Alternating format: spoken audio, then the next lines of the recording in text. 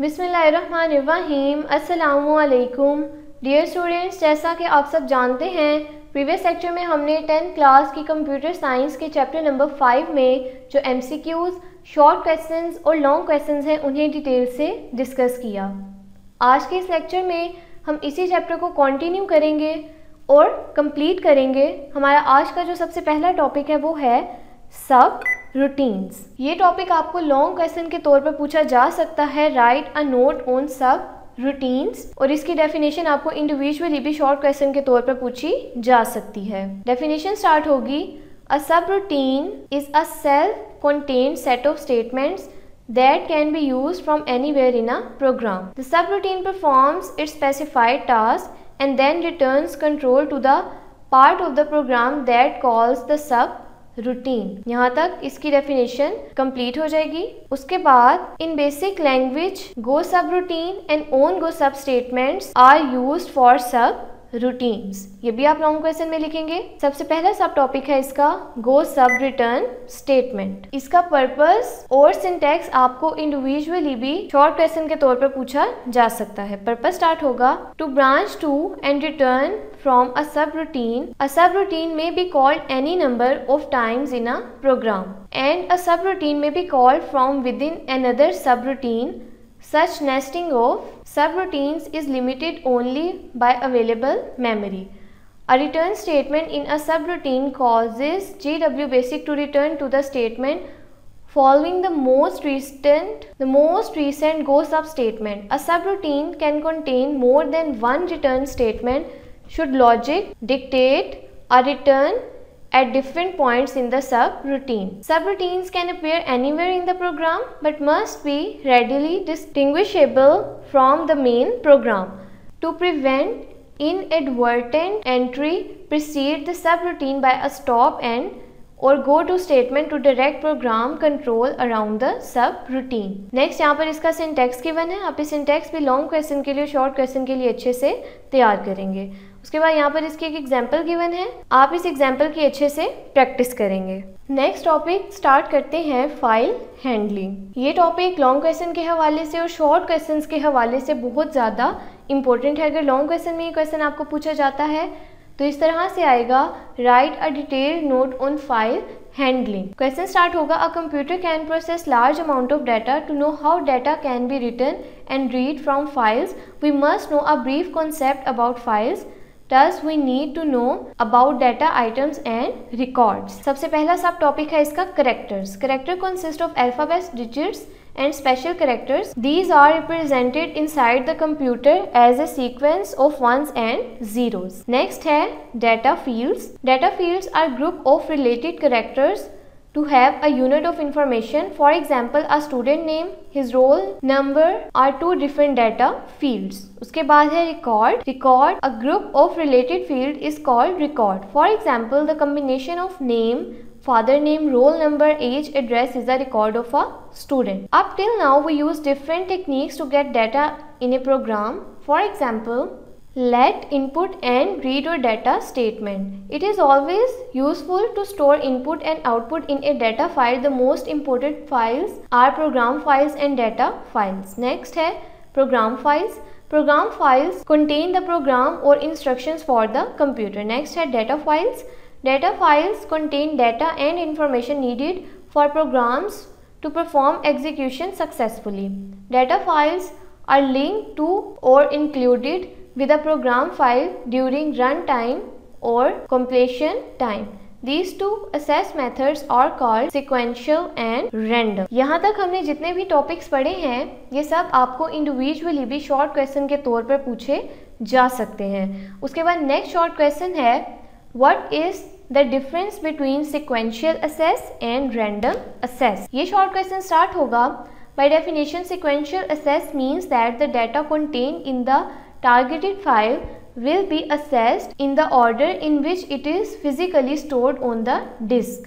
In words, If you want to assess the 20th record within a file, records 1 to 24 must be assessed first in order to reach the 25th target record. यहाँ तक sequential assess की definition complete हो जाएगी। उसके बाद next है random assess. Random assess allows the programmer to directly assess a specific record within a particular file. This obviously makes the research for a record contained in a file extremely faster than sequential assess. यहाँ तक कि short question complete हो जाएगा। उसके बाद next topic है sequential files. ये भी आपको short question के तौर पे पूछा जाएगा। Define sequential files। और next इस chapter में हम topic discuss करेंगे random files का। तो आपको short question इस तरह से भी पूछा जा सकता है, What is the difference between sequential files and random files? तो उस सूरत में आप sequential files की definition भी लिखेंगे और random files की भी definition लिखेंगे। definition start होगी, It is important to note that a file से लेकर record is reached तक आपकी ये definition complete हो जाएगी। उसके बाद next topic है ओपनिंग अ फाइल। ये आपको लॉन्ग क्वेश्चन के भी तौर पर पूछा जा सकता है और इसमें से कुछ शॉर्ट क्वेश्चंस भी पूछे जा सकते हैं। लॉन्ग क्वेश्चन के लिए आप ये टॉपिक कंप्लीट करेंगे। व्हेन क्रिएटिंग और असेसिंग अ सीक्वेंशियल फाइल से लेकर इसकी फॉर्म तक अगर आपको शॉर्ट क्वेश्चन के तौर पर पूछा जाएगा तो आप यहाँ तक कंप्लीट करेंगे।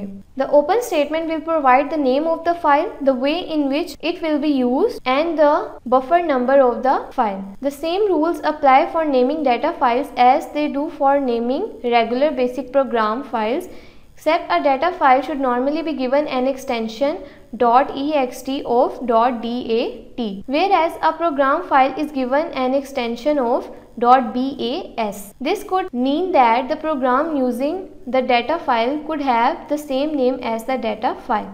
The extension would be the only way to distinguish the file from each other. This is a customary thing to do when naming program and data files that will only be associated with each other. ये paragraph आप MCQs के लिए अच्छे से read out करेंगे।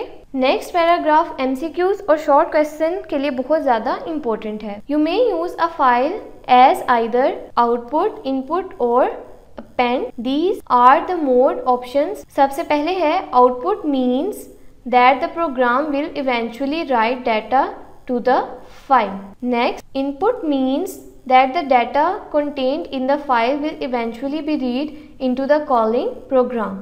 Last पर है append means that the data will be added to the end of an extension file on disk. उसके बाद definition है buffer की। Define buffer. A buffer is a reverse section of primary storage and used for storing temporary data being written to or read from a file.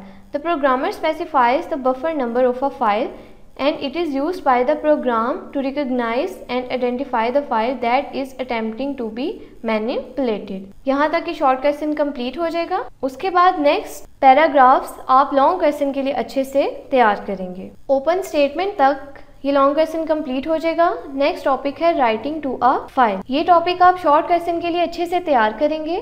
Short question इस तरह से पूछा जाएगा, what do you know about writing to a file. Short question के लिए आप इसका first paragraph example तक कंप्लीट करेंगे और लास्ट पैराग्राफ को आप MCQs के लिए अच्छे से रीड आउट करेंगे। उसके बाद नेक्स्ट टॉपिक है रीडिंग फ्रॉम ए फाइल। ये भी आपको शॉर्ट क्वेश्चन के तौर पे पूछा जाएगा। शॉर्ट क्वेश्चन स्टार्ट होगा, reading data from a file that has been previously open as input is accomplished using the input has statement. The input has statement is similar to the input statement except instead of reading user data input from the keyboard, the input has statement reads data input from a file on disk. यहाँ पर इसकी example given है input has statement। ये आपको individually भी short question के तौर पर पूछी जा सकती है। नेक्स्ट इस टॉपिक में से आपको जो शॉर्ट क्वेश्चन पूछा जा सकता है वो है एंड ऑफ फाइल। इसे EOF भी कहा जाता है। ये फंक्शन भी आप शॉर्ट क्वेश्चन के लिए कंप्लीट करेंगे। The function EOF that is used to check for the end of a file during the reading process. The EOF function will return a value of false 0 if there are more records in the file, or it will return a value of true 1 if the end of the file has been encountered. Therefore, the EOF function is actually evaluated like a boolean expression. यहाँ तक कि short question complete हो जाएगा। Next यहाँ पर इसकी एक example given है, आप इस एग्जाम्पल को अच्छे से रीड आउट करेंगे। नेक्स्ट इस एग्जाम्पल को एक्सप्लेन किया गया है, आप इस पैराग्राफ को भी अच्छे से रीड आउट करेंगे। नेक्स्ट टॉपिक है क्लोजिंग अ फाइल। ये टॉपिक लॉन्ग क्वेश्चन के हवाले से बहुत ज़्यादा इम्पोर्टेंट है। लॉन्ग क्वेश्चन में आप ये टॉपिक कंप्लीट करेंगे।